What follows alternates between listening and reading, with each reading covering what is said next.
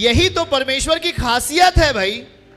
वो आपके जिंदगी में कभी कभी ऐसा काम करता है जब पूरी दुनिया आपको जान लेती है कि आप ठीक नहीं होंगे, जब पूरी दुनिया समझ लेती है कि आप चंगे नहीं होंगे, आप बीमार रहेंगे, आप मर जाएंगे, आस पड़ोस गांव देश के लोग सब समझ जाएंगे अब तेरा कुछ नहीं हो सकता, प्रभु तभी आपको छूकर चंगा कर देता है। उसका जो काम है वो बिल्कुल अलग है, यह उसकी मर्जी के आधार पे है। आमीन। आप बातों को समझ रहे हैं कि नहीं समझ रहे हैं? दाऊद क्या सोच रहा है? इसके मन में ये चीजें आई, मेरी प्रजा बहुत बड़ी है, मेरी आर्मी बहुत बड़ी है, मेरे आर्मी के साथ कोई टिक नहीं सकता, क्योंकि मेरी आर्मी बहुत बलवान लोग हैं उसमें। और जो अपने मन से वो फोकस दे रहा था वो परमेश्वर को नहीं दे पाया।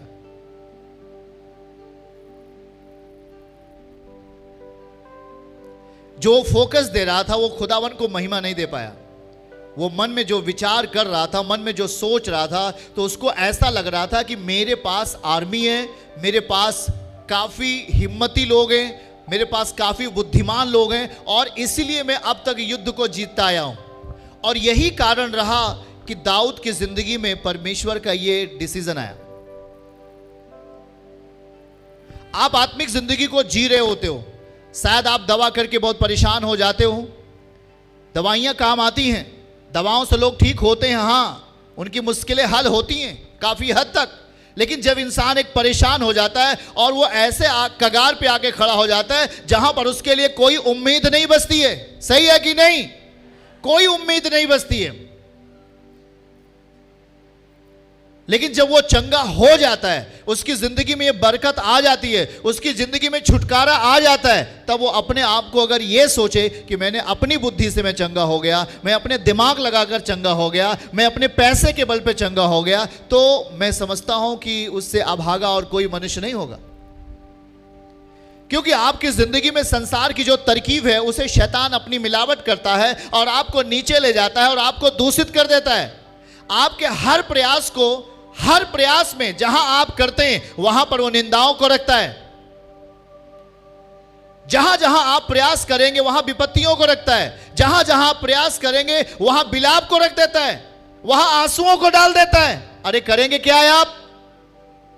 जब तक आपके पास आत्मिक विचार नहीं है, जब तक आपके पास आत्मिक बुद्धि नहीं है, तब तक उस शैतान को समझना कठिन है। आप उससे नहीं लड़ सकते, आप उससे हारेंगे, 100 बार हारेंगे। लेकिन जिस दिन आप इन आत्मिक बातों को समझना शुरू करेंगे, अब जरा सोचो, ये आखिरी समय था दाऊद का, वो दाऊद की उम्र काफी हो गई थी, और इस टाइम में जब ये आखिरी सब युद्ध को कर चुका, तब इसके मन में ये विचार आया कि शायद मैंने इन युद्धों को अपनी ताकत से तो जीता है, मेरे पास इतने ताकतवर लोग हैं, मेरे पास आर्मी है, मेरे पास बड़ी सेना है, मेरे पास ये है, मेरे पास प्रजा है, मेरे पास इतने लड़ाकू लोग हैं, इतने रथ वाले हैं, इतने तलवार चलाने वाले हैं, इतने ढाल चलाने, इतने तमाम बातों को वो गिना रहा था। और यही कारण है कि वहां पर लिखा हुआ, पहली आयत को देखिए, यहोवा का कोप इजराइलियों पर फिर भड़का और उसने दाऊद को उनकी हानि करने के लिए यह कहकर उभारा, इजराइल और यहूदा की गिनती ले। इसलिए राजा ने योआब सेनापति से जो उसके पास था कहा, तू दान से लेकर बरसेबा तक रहने वाले सारे लोगों की क्या कर, प्रजा की गिनती लो, ताकि मैं जान लूं कि प्रजा की गिनती कितनी है, ताकि यह समझ में आए कि दाऊद की सामर्थ्य कितनी है। याद रखना, आज जहां आप बैठे हो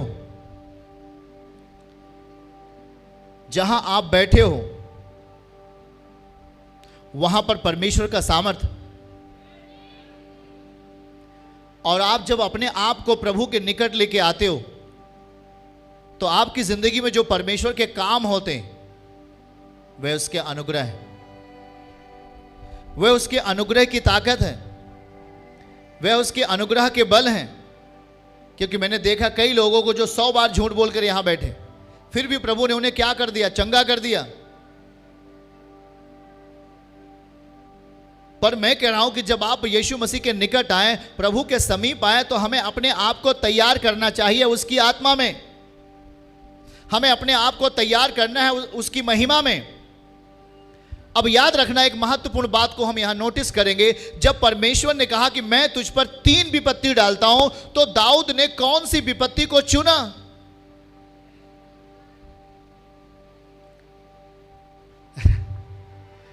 उसने कहा, परमेश्वर यदि मैं मनुष्य के हाथ पड़ूंगा तो मनुष्य मुझे खत्म कर देगा। दाऊद ने गाद से कहा, मैं बड़े संकट में हूं, हम यहोवा के हाथ में पड़ें, क्योंकि उसकी दया बड़ी है, परंतु मनुष्य के हाथ में मैं ना पड़ूंगा। हालेलुया। याद रखना, जब आप दीनता पूर्वक, नम्रता पूर्वक जाते हैं, तब आप परमेश्वर के हाथ में पड़ते हैं। जब आप प्रायश्चित के साथ जाते हैं, तब आप परमेश्वर के हाथ में पड़ते हैं। हेलो, सुन रहे हैं आप? जब आप नम्र बन के जाते हैं, आप खुदा के हाथ में पड़ेंगे। जब आप अपने आप को प्रायश्चित करके जाओगे, पापों की प्रायश्चित करके जाओगे, आप परमेश्वर के हाथ में पड़ोगे। और दाऊद ने प्रायश्चित किया। क्या किया वो? 10 आयत को पढ़िए हमारे साथ, क्या लिखा है? प्रजा की गणना करने के बाद दाऊद का मन व्याकुल हुआ। जब आप गलत काम करते हो, याद रखना, कभी भी जब आप रॉन्ग काम करोगे, गलत काम करोगे, कोई पाप करोगे, आपका मन व्याकुल हो उठेगा। आपके मन में बेचैनी आना निश्चित है। जब भी आप परमेश्वर के विरोध में गलत काम करोगे, यदि आप सच्चे परमेश्वर के बेटे और बेटियां हो, तो आपके हृदय में एक व्याकुलता जगह लेगी, आपके हृदय में एक घबराहट जगह लेगी, जो आपको सोने नहीं देगा। क्या बातों को सुन रहे हैं आप? और बाइबल वहां क्या लिखा हुआ है? प्रजा की गणना करने के बाद दाऊद का मन व्याकुल हुआ। अतः दाऊद ने यहोवा से कहा, यह काम जो मैंने किया है वह महापाप है। तो अब हे यहोवा, अपने दास के अधर्मों को दूर कर, अधर्मों को दूर कर, क्योंकि मुझसे बड़ी मूर्खता हुई है। मुझसे बड़ी मूर्खता हुई है। जब कोई इंसान अपने पापों को, अपने अधर्मों को मान लेता है, तो उसके लिए उस विपत्ति के समय में रास्ता खुलता है। सुन रहे हैं आप? जब कोई पापी व्यक्ति, पाप से भरा हुआ व्यक्ति, जब अपने पापों को मानता है, अपने आप को प्रायश्चित करता है, अधर्म को स्वीकार करता है और उसे छोड़ देने का और ना करने का वादा करता है, प्रभु उसके उस विलाप की परिस्थिति में आनंद की परिस्थिति देने का काम करता है। हालेलुया। उस विलाप को परमेश्वर क्या करेगा? हटा देगा। दाऊद ने जो पाप किया, उसकी जिंदगी में परमपिता ने 3 बातों को कहा, 3 विपत्तियां, और कहा इनमें से कोई एक विपत्ति को तू क्या कर ले? उसे चुन ले। पर वो मनुष्य की ओर से आने वाली विपत्तियों को नहीं चुनता, क्योंकि वो लिखता है कि मनुष्य, अगर मैं मनुष्य के हाथ में पड़ूंगा तो मनुष्य दया नहीं करता। मनुष्य मार करके हमारी प्रॉपर्टी लेगा, हमें जान से खत्म कर देगा। मनुष्य के अंदर, चूंकि जो मनुष्य के हाथ में मैं पड़ूंगा, तो मनुष्य पाप के दशा में हमें मारेगा, मनुष्य हमें क्रोध की दशा में मारेगा। सुन रहे क्या है आप? मनुष्य हमें छल की दशा में मारेगा, मनुष्य हमें एक बदले की भावना से मारेगा। पर यदि मैं परमेश्वर के हाथ पड़ूंगा, तो प्रभु अपने रहम और अपनी दया के हाथ से हम पर अपना जो कुछ जजमेंट करेगा, उसके हाथों में दया भरी रहेगी। आमीन बोलो। और इसलिए वहां हम एक वचन को देख पाएंगे, वहां जल्दी से पढ़िएगा हमारे साथ।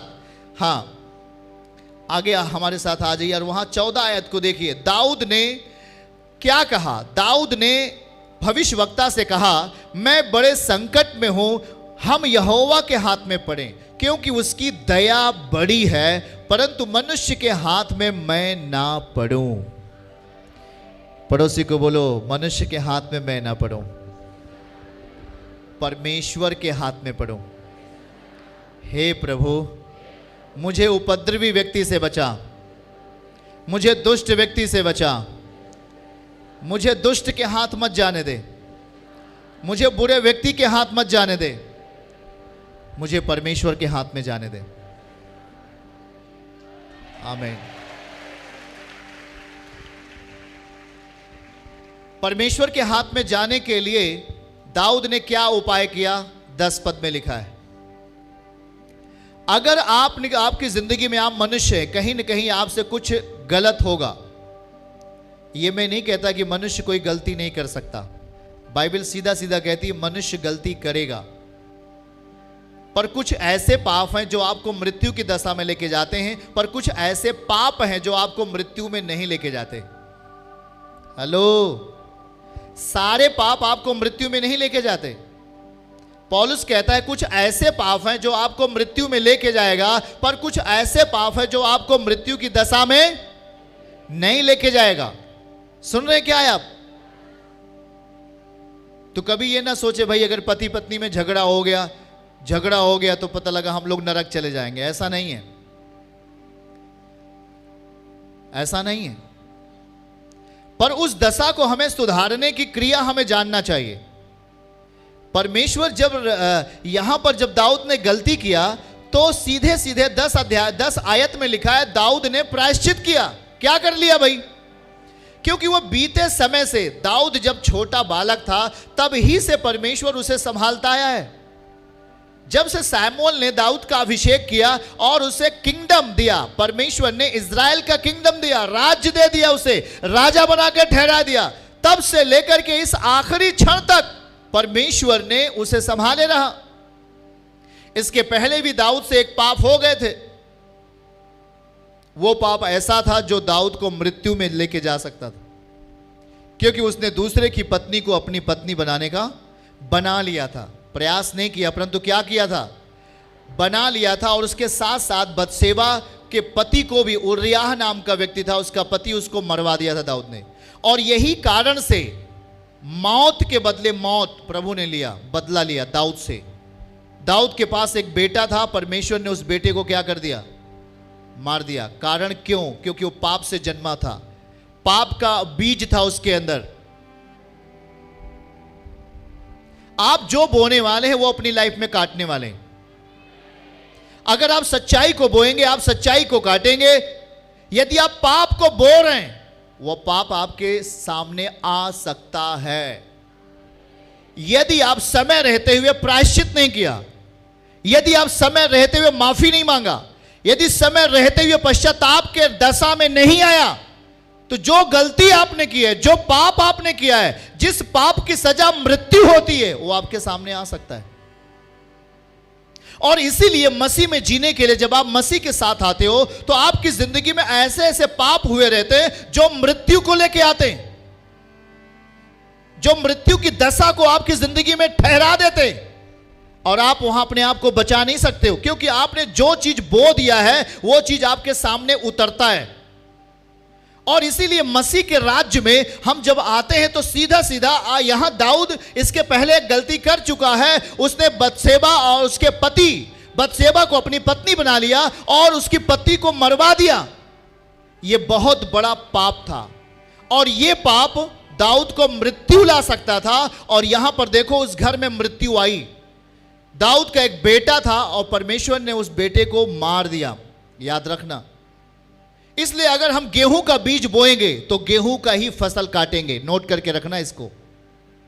धान का बीज बोते हैं तो हम गेहूं का फसल नहीं काटते। अगर हम गेहूं का बीज बोते हैं तो गेहूं का ही फसल काटेंगे, फल काटेंगे। अपनी लाइफ में अगर हम ध्यान दें, परमेश्वर ने यहां पर हमारे लिए इंतजाम तो किया है, पर इंतजाम के पहले आपका जिंदगी प्रायश्चित के साथ आना मांगता है। अगर आप अपनी लाइफ में जो पाप मृत्यु ला सकता है, अगर उसे हटाना है, जो पाप बैर ला सकता है, एक्सीडेंट ला सकता है, जो पाप आपको दरिद्रगी ला सकता है, आपको गुनाह में मार सकता है, आपके लिए विपत्ति ला सकता है, यदि वो पाप आपने किया है, समय रहते अगर आप मसीह के राज्य में हैं, पश्चाताप नहीं कर लिया, तो वो चीजें तथ्य बन करके आपके परिवार में उतरती हैं। कभी कभी लोग मसीह के राज्य में, हमने कई लोगों को ऐसे देखा है जो यीशु के साथ तो बरोबर आते हैं, पर उन्होंने कभी भी अपनी जिंदगी में प्रायश्चित का जो कैरेक्टर है, प्रायश्चित का जो चरित्र है, उसको अपनी दशा में कायम नहीं किया। वो वचन पढ़ते हैं पर कठोरावस्था में, वो प्रार्थना में आते पर कठोर दशा में जी रहे हैं। और यही कारण है कि उनकी लाइफ में जो उन्होंने ऐसा पाप किया है जो मृत्यु ला सकता है, वो पाप उनकी जिंदगी में हटता नहीं है। वो उनके बेटे को मारता है, उनकी बेटी को मारता है, उनके परिवार के लोगों को खत्म कर देता है। इसीलिए पाप क्षमा कैसे मिलती है? जब आप यीशु मसीह से पाप की क्षमा मांगते हो। क्षमा तब मिलती है जब क्षमा मांगा जाता है। अगर आपने गलती किया है तो जब तक गलती को आप मानोगे नहीं, वो गलती पाप की दशा में, जिस टाइप का पाप होगा उस दशा में आपके लिए वो काम आता है, वो आपके सामने उतर आता है। यदि आपने किसी को सताया है तो वो आपके लाइफ में उतरता है। यदि आपने किसी को मारा है वो आपकी लाइफ में उतरता है। आपने जैसा पाप किया है, यदि मृत्यु की दशा का पाप किया है, वो ऐसा आता है। अगर वो पाप, जैसा पाप जो मृत्यु की दशा नहीं ला सकता, ऐसा चीज भी आपके लाइफ में आता है। इसलिए जब कभी आप मसीह के साथ में चलते हैं, यहोवा के साथ में जीते हैं, तो अपनी जिंदगी को प्रायश्चित के साथ लेके चलो। इंसान पाप करता है, नोटिस करना, उसे गलती हो जाएगी। आखिरी समय तक दाऊद से गलती हुई है, दाऊद से गलती हुई है, और यह गलती महामारी को लेके आई। जब गलती कर लिया इसने, तब परमेश्वर ने कहा मैं तुझ पर विपत्ति डालूंगा। खुदा ने कहा मैं तुझ पर विपत्ति डालूंगा। सुनना जरा सब लोग। और जब परमेश्वर ने कह दिया मैं तुझ पर विपत्ति डालूंगा, ये विपत्तियां हैं, सुन ले, ये फलाना नंबर 1, नंबर 2, नंबर 3, ये 3 विपत्तियां हैं। इनमें से जो तुझे अच्छा लगे अपनी इच्छा अनुसार चुन ले, क्योंकि तूने अपनी इच्छा अनुसार पाप किया है। पर दाऊद ने, क्योंकि दाऊद प्रायश्चित करने में नंबर 1 था, माफी मांगने में, नम्र होने में नंबर 1 था, इसलिए यदि हम नम्र होते हैं और दीन होते हैं तो हम परमेश्वर के हाथ में होते हैं। यदि हम कठोर होते हैं, अज्ञानता का परिचय देते हैं, तो हम दुष्ट मनुष्यों के हाथ में होते हैं। अगर दाऊद कह लेता नहीं मुझे प्रायश्चित नहीं करना, मैंने सही काम किया है, तो वो दुष्ट मनुष्यों के हाथ में पड़ता और उसकी बुद्धि कभी नहीं काम करती कि मैं परमेश्वर के हाथ में जाऊं। हेलो, कभी कभी ऐसा होता है, मैंने देखा कई भाइयों को जो गलती किया पर उन्होंने बड़ी चतुराई से आत्मा में होकर माफी मांगा और वो परमेश्वर के हाथ में पड़े। और जब आप परमेश्वर के हाथ में पड़ते हो तो सीधा सीधा परमेश्वर 14 पद में क्या लिखा है? मैं तुझ पर रहम करूंगा। लिखा क्या? देखिए 14 में, दाऊद ने भविष्यवक्ता गाद से कहा मैं बड़े संकट में हूं, मैं यहोवा के हाथ में पड़े, क्योंकि उसकी दया बड़ी है और मनुष्यों के हाथ में मैं ना पड़ूं। हालेलुया। एक बार हाथों को उठा के बोलो परमेश्वर की दया बड़ी है। तो आप किसके हाथ में जीना चाहते हो? आप कौन से रास्ते होके जाना चाहते हो? यदि आप नम्रता के रास्ते होके जाओगे, आप परमेश्वर के हाथ में पड़ोगे। सुन लेना, आप दीनता के साथ होके जाओगे, आप परमेश्वर के हाथ में पड़ोगे। आप परमेश्वर के खुदावन को प्रसन्न करने के लिए हमें अपने रास्ते को स्वयं चुनना पड़ेगा। चुन ले, क्या तुझे चाहिए, किस ओर से तुझे चाहिए। तो दाऊद जानता है, बखूबी जानता है, प्राचीन हो चुका है वो, 150 भजन संहिताओं को लिखा, गीत संगीत में माहिर था और उसके अंदर दीवानगी थी प्रभु की। दीवानगी के होने के बावजूद भी आप कहीं ना कहीं कुछ गलती कर सकते, पर याद रखो वो आपको जान से नहीं मारता, वो आपके पापों को माफ करेगा, फिर से आपको स्टैंड करके खड़ा करेगा। चर्च की सभी प्रार्थनाओं को और परमेश्वर के दास के द्वारा टीचिंग सुनने के लिए और अपडेट्स को जानने के लिए हमारे इस चैनल को सब्सक्राइब करें और साथ में बेल आइकन को दबाएं, ताकि जब भी लाइव प्रार्थना हो तो सबसे पहले आप देख सकें।